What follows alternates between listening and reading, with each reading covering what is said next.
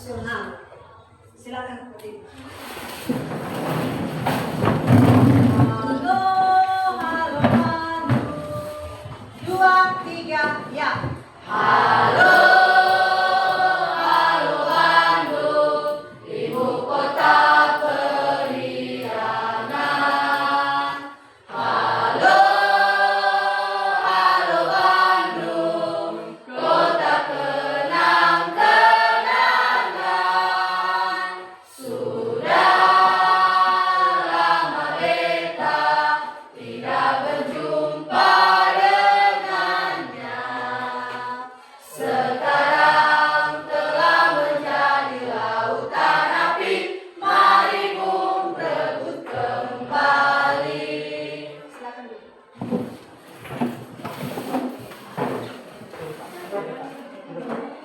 Baik, anak-anak kami, mata pelajaran kita pada hari ini dengan tema, dengarkan, partisipasi siswa dalam mengambil keputusan di lingkungan sekolah. Jadi itu tema pelajaran kita pada pagi hari ini, partisipasi siswa dalam mengambil keputusan di lingkungan sekolah. Baik anak-anak kami, pada pelajaran sebelumnya kita sudah mempelajari mengenai keberadaan dari budaya yang ada di wilayah bangsa Indonesia, ya. Dari keberadaannya, perbedaan suku bangsa, bahasa, budaya, dan tari daerah. Jadi hari ini kita akan mempelajari bagaimana partisipasi ya siswa di dalam mengambil keputusan di dalam sekolah. Nah, pertama dalam partisipasi siswa dalam lingkungan itu, dalam lingkungan sekolah, pertama melibatkan siswa, kemudian belajar yang termasuk di dalamnya di situ, belajar di lingkungan sekolah itu termasuk di dalamnya adalah siswa, kemudian guru, kemudian staf. Itulah elemen atau orang-orang yang terlibat di dalam lingkungan sekolah. Nah, kemudian bagaimana kita mengidentifikasi bentuk partisipasi di lingkungan sekolah? Yang pertama, harus di dalam sekolah itu semua elemen tadi yang sudah Ibu sebutkan tadi, selain siswa, selain guru, selain staf yang ada di sekolah itu, juga melibatkan masyarakat dan orang tua. Nah, kalau elemen yang Ibu sebutkan tadi sudah terlibat di dalam partisipasi lingkungan sekolah, maka lingkungan sekolah itu akan aman, baik di dalam belajar, di dalam proses belajar mengajar seperti. Jadi ada dukungan, ya, harus ada dukungan siswa, gurunya, staf yang ada, pegawai di sekolah itu dibantu, didukung oleh orang tua. Karena kita bisa melihat anak kami, kalian belajar di sini ada limit waktunya. Ya, mulai masuk sekolah, contoh masuk kalian di sekolah ini, limit waktunya 6:30. Mulai bel jam 7.15, jam 12:30 sudah kembali ke rumah. Tetapi yang lebih contoh atau lebih melibatkan siswa itu belajar, yaitu orang tua. Itu yang pertama, orang tua di rumah. Jadi di rumahlah anak-anak kami mendapat ilmu yang lebih baik. Ya. Kalau di sekolah hanya pengetahuan, ya. Selain didikan, selain pengetahuan yang kalian terima di sekolah, orang tua juga terlibat di dalam partisipasi di dalam lingkungan sekolah. Kemudian bagaimana kalau dalam mengambil keputusan di dalam sekolah, contohnya ada sesuatu masalah, ada sesuatu argumen yang ada di sekolah itu. Bagaimana juga kalau peserta dalam mengambil keputusan itu, mengapa kita perlu keputusan bersama. Berarti sesuatu yang ada yang terjadi dalam sekolah itu bukan hanya siswa yang bisa memberikan tanggapannya, bukan hanya guru, bukan hanya staf, tapi kalian juga ikut serta di dalam mengambil keputusan. Kenapa?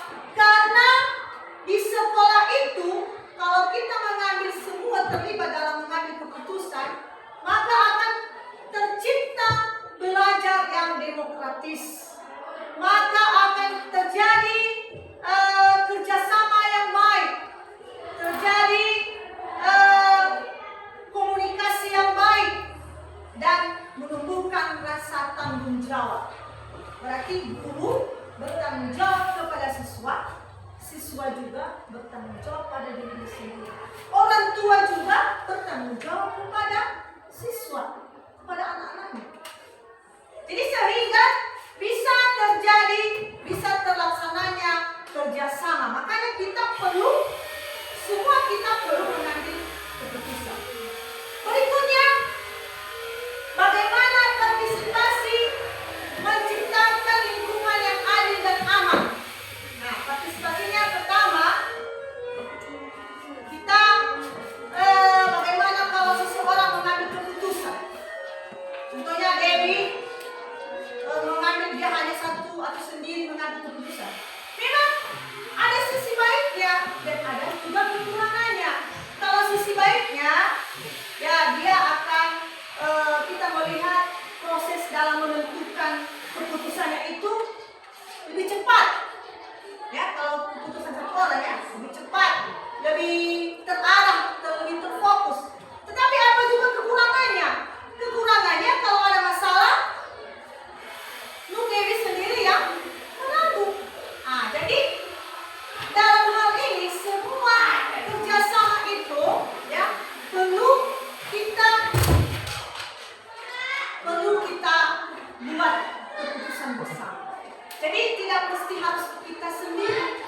Nah, kalau keputusan bersama, kalau keputusan Bung Dewi contohnya tidak diterima oleh John, ini itu harus mendadak dan menerima mufakat yang baik. Kenapa? Karena itu kepentingan bersama. Nah, kemudian kita akan melihat apa lagi tujuannya. Mengapa perlu kalau kita melibatkan siswa itu perlu diskusi. Nah, contohnya ada masalah, perlu ada diskusi, perlu ada persiapan. Apa yang harus kita ambil dalam keputusan itu? Yang pertama dulu, ya, kita harus melihat dulu, memahami dulu materi, ya, memahami materi supaya materi itu bisa berkolaborasi. Apa yang dimaksud dengan berkolaborasi? Nah, contoh kalau ada mata pelajaran, contohnya kalau bahasa Indonesia, berkolaborasi dia dengan tarian, ya, atau IPA berkolaborasi dia dengan matematika. Jadi kenapa? Perlu kita libatkan siswa itu supaya melibatkan perilaku. Jadi ada nanti siswa itu aktif, ya, siswa itu bisa mengubah dirinya, ya, menerima keberadaan temannya. Dia tidak pasif. Bagaimana kalau tidak diam saja, tidak berkata-kata? Nah, itu harus kita melibatkan. Perlu kita melibatkan siswa dalam partisipasi lingkungan sekolah.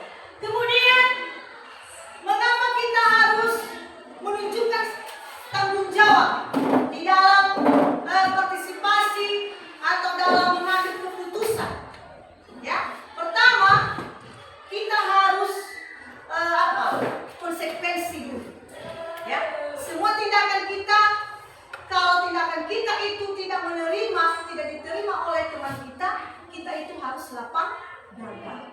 Artinya bisa menerima kekurangan kita. Jangan juga terlalu egois kita. Tidak, itu keputusan saya harus. Tidak boleh seperti itu. Jadi segala keputusan kita, kalau teman-teman kita ya menerima, ya kita terima.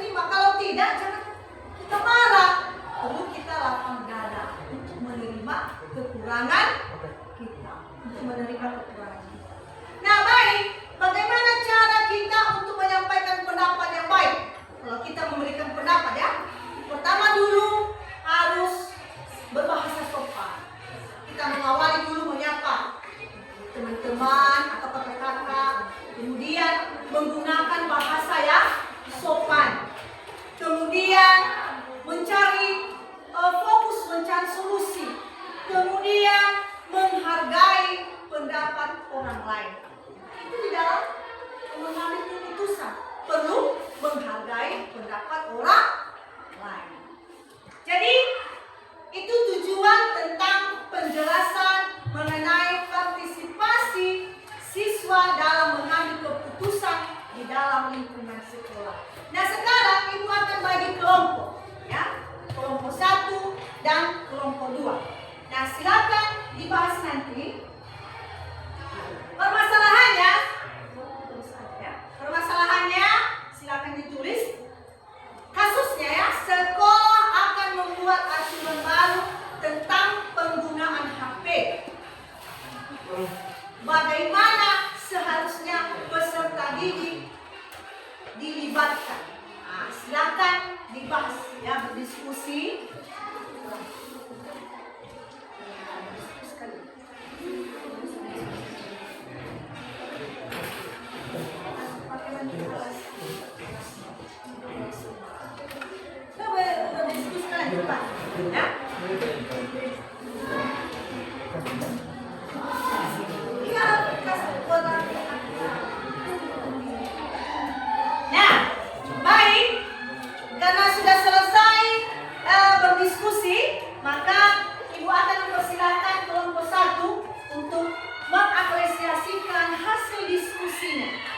Ya, silakan.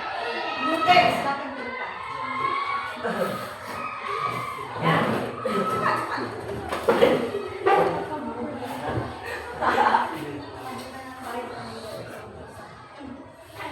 Teman-teman, kami dari kelompok 1 akan mempresentasikan hasil kelompokannya.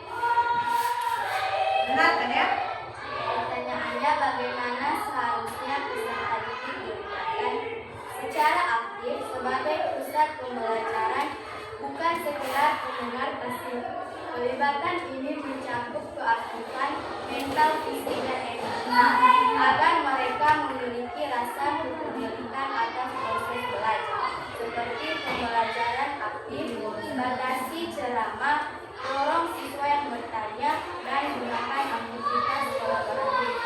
Demikianlah hasil presentasi kami. Kami ucapkan Nah, tentang kelompok baik, kemudian hasil diskusi ya, bagaimana melibatkan, bagaimana ada aturan baru dalam penggunaan HP, bagaimana juga melibatkan siswa. Jadi itulah materi kita pada hari ini, anak-anak, mengenai bagaimana partisipasi seorang siswa di dalam menentukan, di dalam mengambil keputusan yang ada di dalam